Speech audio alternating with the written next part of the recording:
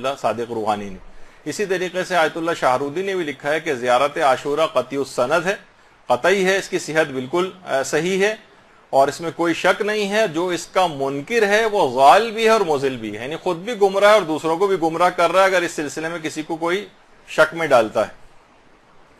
تو یہ دیکھیے تمام چیزیں ایسی ہیں. اور آیت اللہ ناصر مکارم شیرازی کا باقاعدہ ایک استفتاء بھی ہے جس کا اردو ترجمہ، انہوں نے 2 چیزیں سوال پوچھے گئے تھے ان سے، ایک تو زیارت جامع کبیر کے سلسلے میں اور ایک زیارت عاشورہ کے.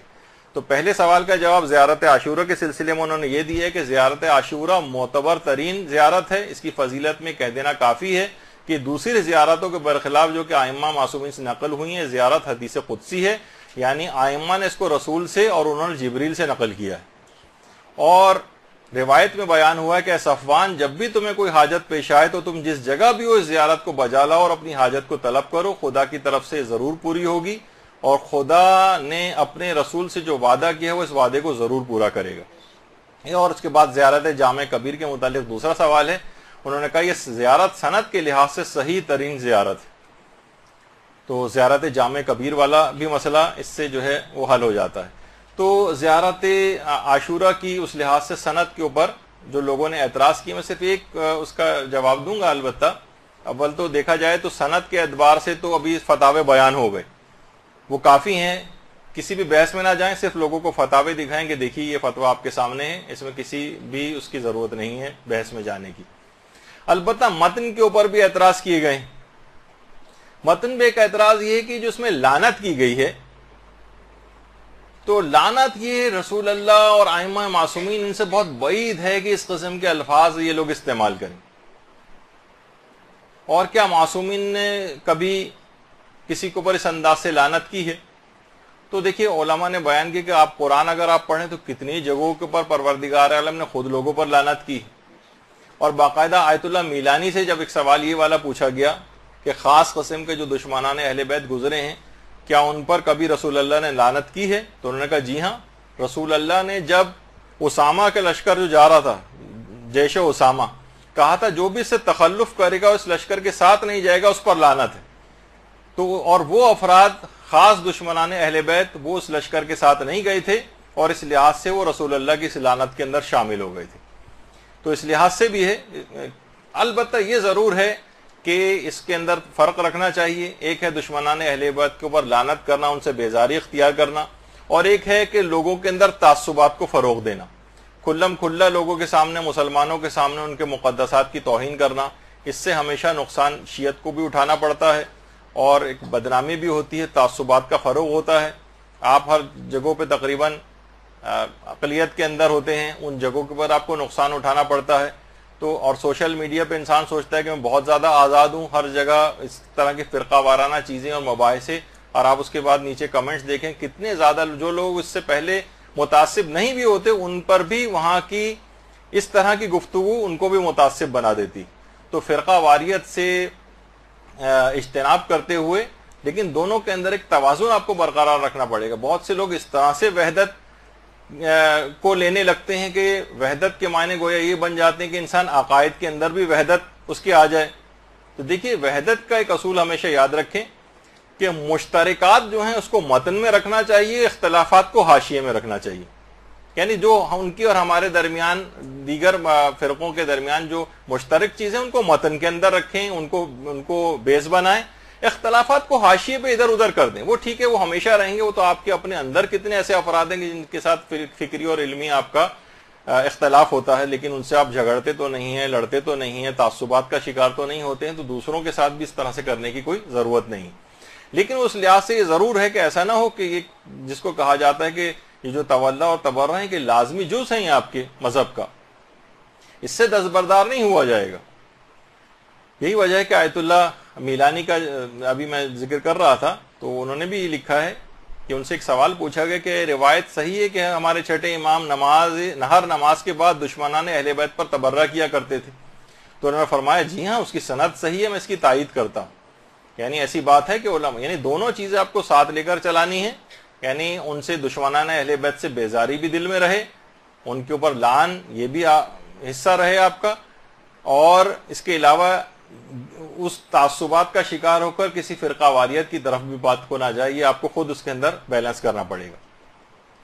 اور یہی وجہ ہے کہ علماء نے لکھا ہے کہ پیغمبر اسلام نے خود قاتل امیر المومنین ابن ملجم کے اوپر لعنت کی، یعنی لعنت کرنا یہ کہا جاتا ہے کہ اس کے متن کے اوپر اعتراض ہے کہ کیسے لعن کر سکتے ہیں، یہ تو ان کے پیار و محبت کا اظہار کرنے والے معصوم شخصیات، ان کی زبان پہ کبھی لعن نہیں آ سکتی۔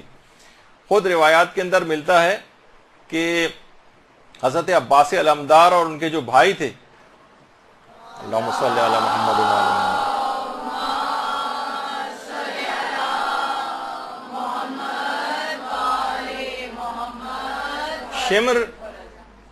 شمر جو ہے ان کے لیے ایک امان نامہ لے کر آیا تھا باقاعدہ۔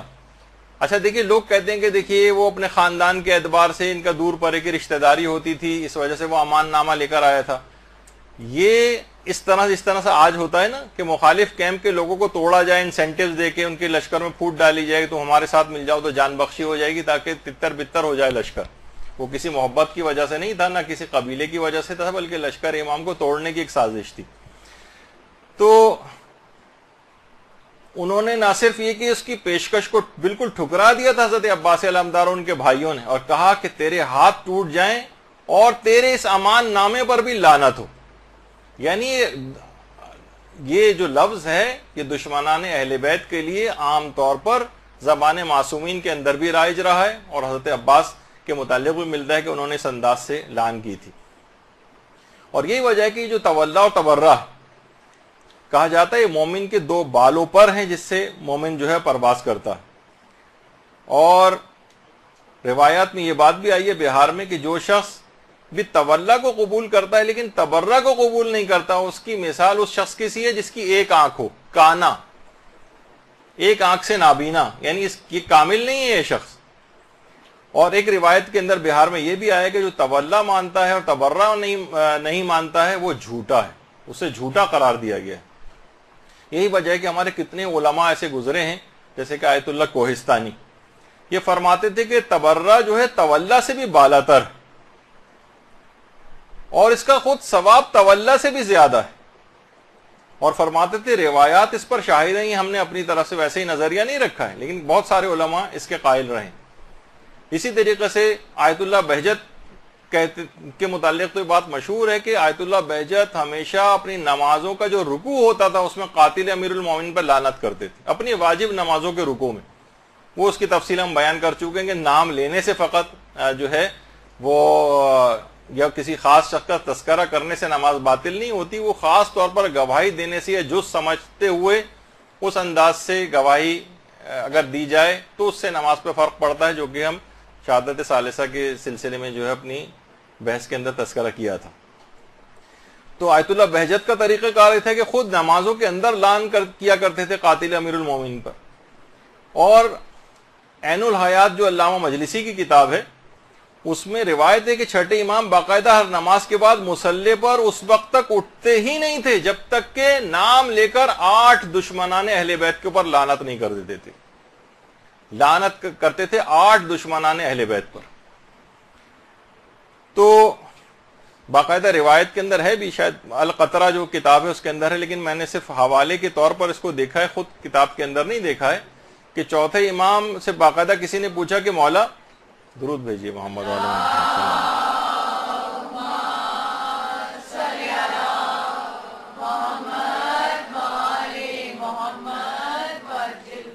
کہ مولا نماز کیسے مکمل ہوتی ہے ہماری؟ فرمایا درود پڑھ کر نماز مکمل ہوتی ہے۔ پھر پوچھا گیا کہ مولا نماز قبول کیسے ہوتی ہے؟ فرمایا کہ ہماری ولایت پر یقین سے اور ہمارے دشمنوں پر لعنت کرنے کے بعد نماز قبول ہوتی ہے۔ تو روایات کے اندر بھی یہ بات آئی ہے۔ اچھا، علماء نے جو علماء عرفان ہیں بہت ساری آیتوں کی عرفانی تشریحات بھی، مثلا وہ جو حضرت موسیٰ کو کہا گیا تھا فَقْلَا نَعْلَيْكَ إِنَّكَ بِالْوَادِ الْمُقَدَّسِ طُوًى، اے موسیٰ اپنی جوتوں کو اتار دو کیونکہ اب تم ایک مقدس وادی کے اندر داخل ہو گئے ہو۔ باقاعدہ اکثر جگہوں کے اوپر یہ آیت لکھی ہوئی بھی ہوتی ہے۔ تو علماء عرفان فرماتے ہیں کہ بظاہر یعنی بعید محسوس ہوتا ہے کہ اس سے ظاہری چپل مراد ہو، کیونکہ موسیٰ پیغمبر خدا، حضرت موسیٰ حضرت ابراہیم کے بعد پیغمبر اسلام سب سے افضل، ان کے بعد حضرت ابراہیم، اور دیگر اولو العزم انبیاء میں جو ترتیب ہے عظمت کی اس کے لحاظ سے حضرت موسیٰ پھر سب سے افضل ہے۔ ممکن نہیں ہے، سب کو پتا ہے کہ مثلا کوئی مسجد کے اندر جائے، ایک عام شخص کو بھی پتا ہوتا ہے کسی مقدس جگہ کے اوپر اگر وہ جا رہا ہے تو اپنے جوتوں کو اتارے۔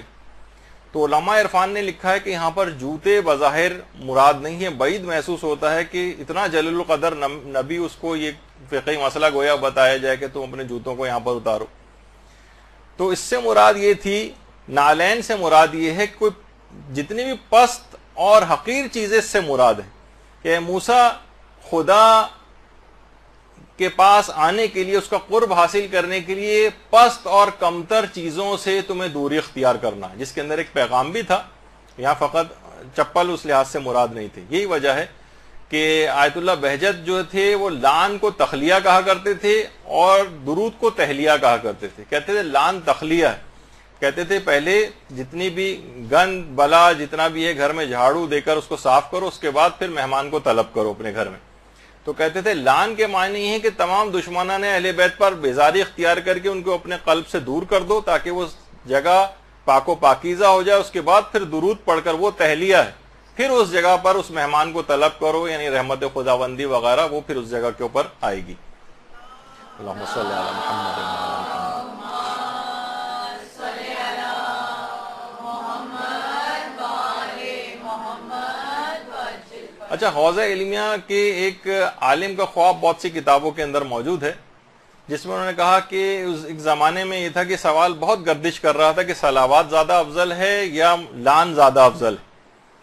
تو کہنے میں نے ایک دفعہ سویا اور سونے کے بعد پھر میں نے خواب میں دیکھا کہ آیت اللہ العظمیٰ سید محمد رضا گل پائیگانی کسی جگہ بیٹھے ہوئے ہیں اور لوگوں کے سوالات کے جوابات دے رہے ہیں،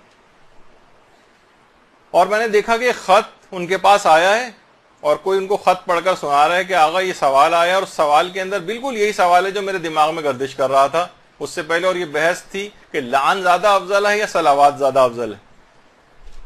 تو آیت اللہ گل پائیگانی نے اس وقت اس کا جواب لکھوایا کہ دشمنان اہل بیت پر لعن زیادہ افضل ہے۔ کہہ رہے ہیں ایک دم سے میری آنکھ کھلی۔ اچھا، وہ زمانہ وہ تھا جب آیت اللہ رضا گل پائیگانی حیات تھے۔ وہ کہہ رہے ہیں میں اٹھ کر آیت اللہ گل پائیگانی کے پاس آیا اور آنے کے بعد ان کو اپنا خواب سنایا۔ آیت اللہ گل پائیگانی نے اس بات کی تصدیق کی اور کہا میرا یہی نظریہ ہے، اور تم اپنے اس خواب کو حضرت زہرا کے ماننے والوں کو بیان کرو۔ اللہم صلی علی محمد وعلی آل محمد۔ تو علماء کے اندر باقاعدہ یہ بحث رہی ہے، اور یہی وجہ ہے کہ علماء کہتے ہیں کہ اگر تبرہ نہ ہو تو انسان حقیقت میں اس کا تولا بھی ثابت نہیں ہوتا ہے۔ یہ دونوں بالکل ایک لازمی جز ہیں۔ اچھا،